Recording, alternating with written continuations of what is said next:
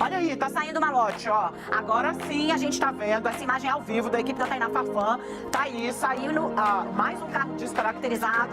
O malote apreendido pela Polícia Federal com a agente da PF. Você viu que saíram em 2 times. Muito bom, Tainá Farfan não perdeu o momento. A gente entrou em cima do lance brigado ao time do Switch. Tá aí, teve apreensão dentro do gabinete de Marcos Duval. E a gente tá vendo nesse momento aí o malote sendo levado em carro também descaracterizado ainda da PF. É o mesmo carro, segundo Eduardo Petrelli nos informa. A Polícia Federal faz busca e apreensão em todos os endereços do senador Marcos Duval. Atenção, a Polícia Federal está fazendo neste momento uma busca e apreensão em todos os endereços de Marcos Duval, inclusive em seu gabinete no Senado.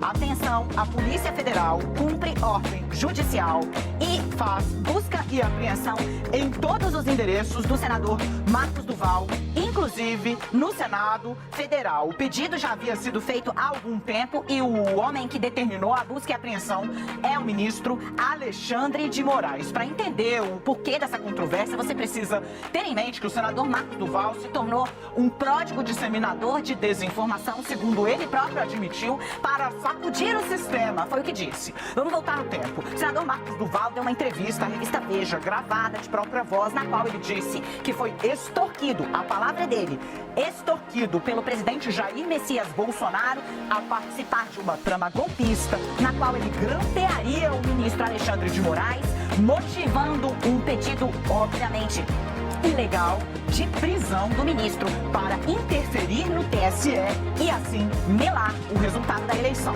Sim, vamos organizando. O senador Marcos Duval deu uma entrevista de própria voz, dizendo que foi extorquido pelo presidente da República numa articulação que teria contado com Daniel Silveira, inclusive, para grampear o Alexandre de Moraes numa conversa onde o ministro, em tese, poderia falar alguma coisa, para que isso fosse usado para prender o ministro, que é presidente do TSE, interferir na corte e melar o resultado da eleição.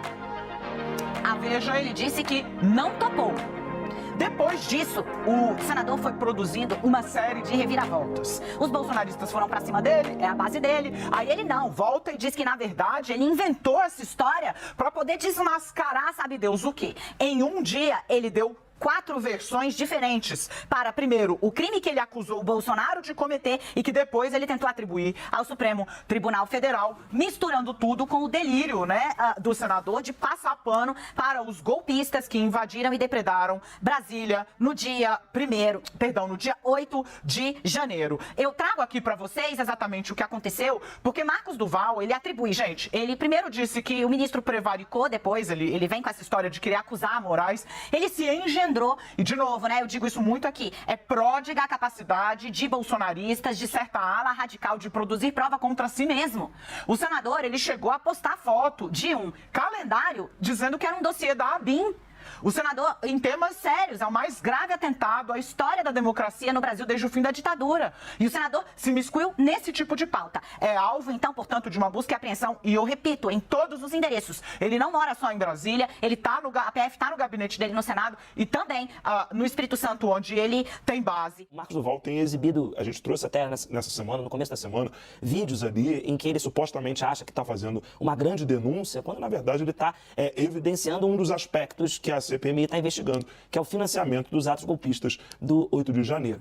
Nesse sentido, dá para perceber, conversando com os senadores da direita, que o Marcos Duval está isolado. Então, essa grita que ele certamente fará em algum momento, né? No momento ele foi procurado, até procurei ele também aqui, procurei o time do Marcos Duval, e uma indicação aqui que o Igor, nosso editor, está nos passando é que ele não vai se pronunciar. Mas essa grita que ele fará, pelo histórico que ele tem, a gente conhece, ela não é uma grita que vai ter respaldo no Senado por essas razões, de ser uma figura isolada que se tornou tóxica para a direita, se tornou tóxica para o bolsonarismo por ter feito essa grande confusão em fevereiro. Denunciou como diria o ministro Gilmar Mendes. É isso, né? Ele criou um factoide numa live, porque tudo isso começa numa live de madrugada, que ele está fazendo com integrantes do Movimento Brasil Livre. E aí ele diz, olha, amanhã vai sair na Veja uma grande denúncia de quando eu fui cooptado pelo Bolsonaro para dar um golpe de Estado. E aí vai mudando isso, ele concede uma entrevista ao vivo que ele muda essa versão, concede uma coletiva que muda também essa versão, é chamado para depor na Polícia Federal, vem aqui, concede uma entrevista à CNN e começa a chorar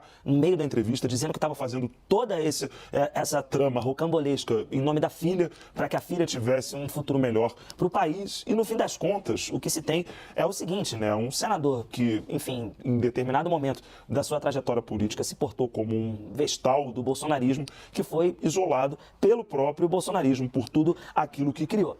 Para fechar, Dani, eu acho que tem um aspecto relevante, porque na entrevista que ele concedeu aqui à CNN, eu me lembro bem dela porque eu participei, ele deixa claro qual que era a intenção dele. A intenção do Marcos Duval era criar um fato político que fosse capaz de viabilizar um afastamento do ministro Alexandre de Moraes do inquérito dos atos antidemocráticos. Essa é a intenção declarada do Marcos Duval com essa história toda que ele criou lá atrás. Isso, obviamente, não deu certo e tá aí. As consequências chegaram literalmente à porta da casa dele.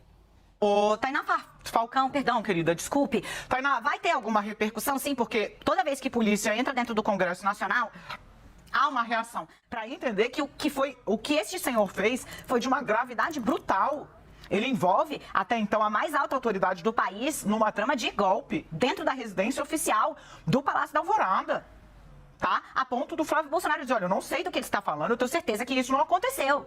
E aí ele se vê ali perdido, porque ele não vai encontrar guarida na esquerda e refaz uma trama. De novo, né? Gosta de dizer que a liberdade de expressão foi por conta dele que se motivou ali a resposta de Flávio Dino, que viralizou, transformou o ministro no ministro mais popular do governo Lula, né? Porque vai pra frente do Ministério da Justiça fazer vídeo, fazer live, acha que vive na rede social, onde xingar muito na internet dá engajamento, o ódio engaja, né? Mas as leis existem. Imputar crime a quem não cometeu crime, ou depois tentar imputar crime a integrante do Supremo Tribunal Federal, tendo o mais absoluto nada debaixo do braço, porque ele se fia no mais absoluto nada. Prometeu que ia mostrar, que ia fazer, que ia acontecer, e nada aconteceu. Nós procuramos o senador Marcos Duval e ele disse que não vai se pronunciar nesse momento. Então, pela primeira vez, adota um silêncio inteligente. Tainá? Dani, eu também estou aqui atrás de mais informações. Perguntei até para o pessoal do gabinete do presidente do Senado, Rodrigo Pacheco, se deve haver algum posicionamento sobre isso, né? A entrada da Polícia Federal com esse mandado de busca e apreensão contra o senador Marcos Duval. E, por hora, também o presidente do Senado opta pelo silêncio. Não haverá nenhuma reação, pelo menos agora. Estou tentando também falar com o Podemos para ver se eles já têm alguma informação, Dani, mas eu estou muito com vocês, muito na linha do que o Leandro Rezende falou, principalmente depois desse caso, da repercussão negativa que teve após as várias versões, mais de 6, o Leandro estava apontando.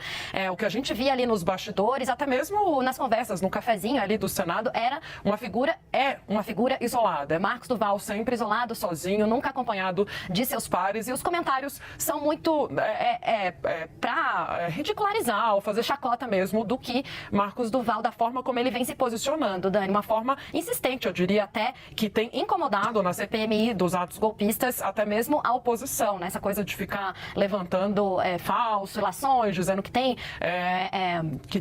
prova contra o governo Lula, que houve ali um plano para que tudo fosse arquitetado e acontecesse daquela forma. Até isso tem incomodado os senadores da direita, né? Que são oposição ao governo federal. Então, a cena que a gente tem nesse momento é de isolamento.